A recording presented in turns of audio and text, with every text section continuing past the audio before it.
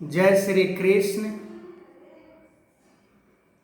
मानव को भगवान ने इतना सुंदर जीवन किस लिए दिए हैं, ये मानव को पता नहीं है। मानव के बारे में धर्म शास्त्रों में ऐसे शब्दों के द्वारा मानव को संबोधित किया है कि संसार में किसी जीव को आज तक किसी ने नहीं सराहा। मानव को बड़भागी कहा गया है कि बड़े भाग मानुष तन पावा, सुर दुर्लभ सदग्रंथ ही गावा, साधन धाम मोक्ष कर द्वारा ते ही करी परलोक संवार। कि मानव का जो देह मिला है, मानव का जो शरीर मिला है, मानव चोला जो प्राप्त हुआ है, वो केवल मोक्ष को प्राप्त करने के लिए हमें मिला है। पर ये बात तो शायद संसार के प्रत्येक मनुष्य भूल गए और वो विपरीत दिशा में इस जीवन के कल्याण के उपदेश बना बैठे कि शायद संसार के धन दौलत प्राप्त हो जाए तो मोक्ष प्राप्त हो जाएगा, संसार में यश प्राप्त हो जाए तो मोक्ष प्राप्त हो जाएगा। संसार में अनेकों धर्म को फैलाने वाले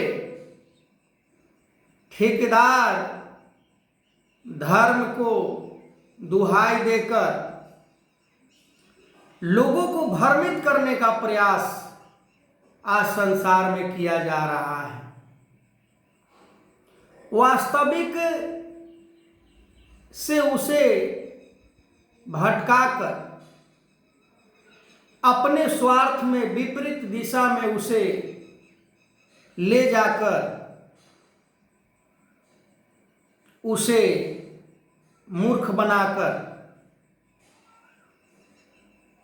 अज्ञानता में फंसाकर धर्म शास्त्रों ने यहाँ तक कहा मनुष्य को समझने के लिए कि जोग जाप नहीं तप उपवासा, प्रभु प्राप्ति के कौन प्रयासा।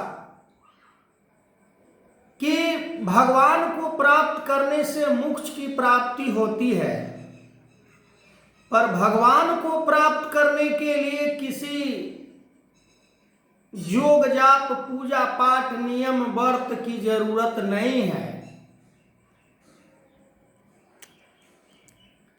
फिर आगे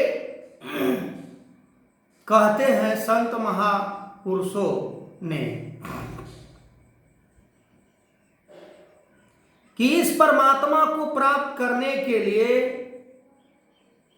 इस जीवन में मोक्ष को प्राप्त करने के लिए या तो परमार्थी का रास्ता अपना लो या तो ज्ञान के रास्ता अपना लो। ज्ञान हमें निर्मल पवित्र बनाता है, ज्ञान हमें हर चीज हर कार्य को करने में इंडिकेट करता है। यदि गलत हम करना शुरू करते हैं तो हमें इंडिकेट कर देता है ज्ञान, और हम वहीं पर रुक जाते हैं। कर्म जो निष्काम परहित का जो होता है वो भी मोक्ष हमें दिला सकता है, क्योंकि संसार में निस्वार्थ हो जाना ये भी एक मोक्ष दायिनी के रूप में साबित हुआ है।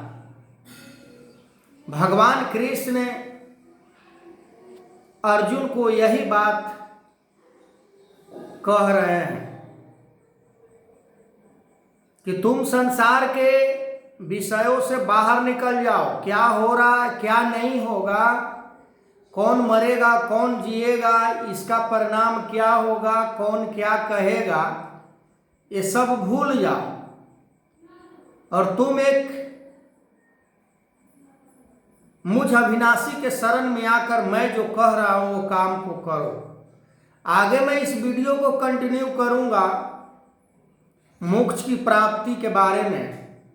तब तक के लिए जय श्री कृष्ण।